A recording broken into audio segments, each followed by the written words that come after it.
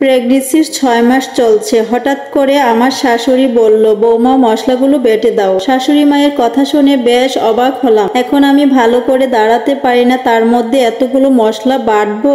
এ কেমন বিচার? হঠাৎ পাশের বাড়ির চাচি বলল, বউয়ের তো এখন সময় ভালো যাচ্ছে না, মশলা কেমনে পিষবে? তখন আমার শাশুড়ি মা বলল, কি বলছিস এসব? আরে বাচ্চা তো আমাদেরও হয়েছে, কত কাজ করেছি, কই আমাদের তো কিছু হয়নি। এটুকু কাজ করলে কি এমন মহাভারত অশুদ্ধ হয়ে যাবে? শাশুড়ির কথা শুনে আর কিছু বলার ভাষা রইল না। কষ্ট হলেও রান্নাঘরে গিয়ে মশলাগুলো পিষলাম। কি আর বলবো, পেটে ভীষণ ব্যথা হচ্ছিল, মনে হচ্ছিল আমাকে কেউ আঘাত করেছে। মশলা বেটে রুমে গিয়ে শুয়ে আছি, হঠাৎ করে আমার ননদ আর শাশুড়ির কথা শুনতে পেলাম। দেখো না মা, ভাবি রুমে গিয়ে শুয়ে আছে, কাজগুলো কে করবে? কি বলছি? হ্যাঁ মা, আমি মাত্র দেখলাম। এই মেয়েটার কি কাণ্ডজ্ঞান বলতে কিছুই নেই, জানে না এখনো রান্না করা বাকি আছে, রান্না কে করবে? কথাটা বলে শাশুড়ি আমাকে শ্রুতি বলে ডাক দিল। আমি বললাম আসছি। আর কি? শাশুড়ি মার সামনে গেলাম। রান্না বান্নার কাজ ফেলে যে গিয়ে আরাম করছো, কাজগুলো কে করবে শুনি? আমি চুপচাপ দাঁড়িয়ে আছি। ইচ্ছা হচ্ছিল বলতে, আপনার মেয়েকে তো বলতে পারেন কাজে আমাকে একটু সাহায্য করতে।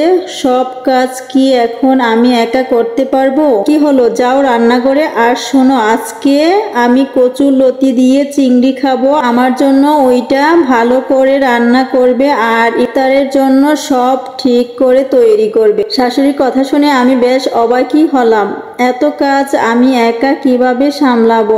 একে তো রোজা, তার উপর আবার সবার পছন্দের খাবার তৈরি করা। তাছাড়া আমি এখনো কচুর লতি রান্না করি নাই। কোনোমতে রান্নাঘরে গেলাম। রান্নাঘরে গিয়ে দেখি সব এলোমেলো। খুব রাগ হলো, কিন্তু তাও সামলে নিলাম, কারণ এটা আমার তো সংসার। শাশুড়ি আর কতদিনই বা থাকবে? ননদের স্বামী প্রবাসী, স্বামী বাড়িতে এলে ৬ মাসের জন্য স্বামীর বাসায় চলে যাবে, তখন সব ঠিক হয়ে যাবে। চুলায় রান্না বসালাম।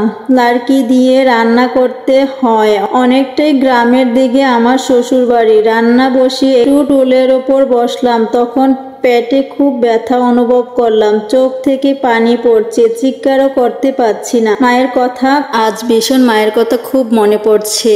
আর সবকিছু অপেক্ষা করে আমি রান্নাটা শেষ করে নিলাম। শিক্ষণীয় একটা গল্প শেয়ার করলাম। যদি ভালো লাগে পেজটা ফলো দিয়ে পাশে থাকবেন। আর আজকের আমার গল্পটা থেকে কি বুঝতে পেরেছেন? পর কখনো আপন হয় না, শাশুড়ি কখনো মায়ের মতো হয় না, মায়ের জায়গায় মা থাকে। সব সময় মায়েরা চায় মেয়ের ভালো, তাই আমার মা আমার ভালো দেখবে আর শাশুড়ি মেয়ের ভালো দেখবে, এটাই। বৌমা কখনো শাশুড়ির কাছে ভালো হয় না, যত হাজার ভালো কিছু করুক শাশুড়ির কাছে কখনোই বৌমা ভালো হতে পারে না। আর আজকের গল্পটা যদি আপনাদের ভালো লাগে লাইক দিয়ে শেয়ার করে পাশে থাকবেন আর সুন্দর একটা মন্তব্য করে জানাবেন।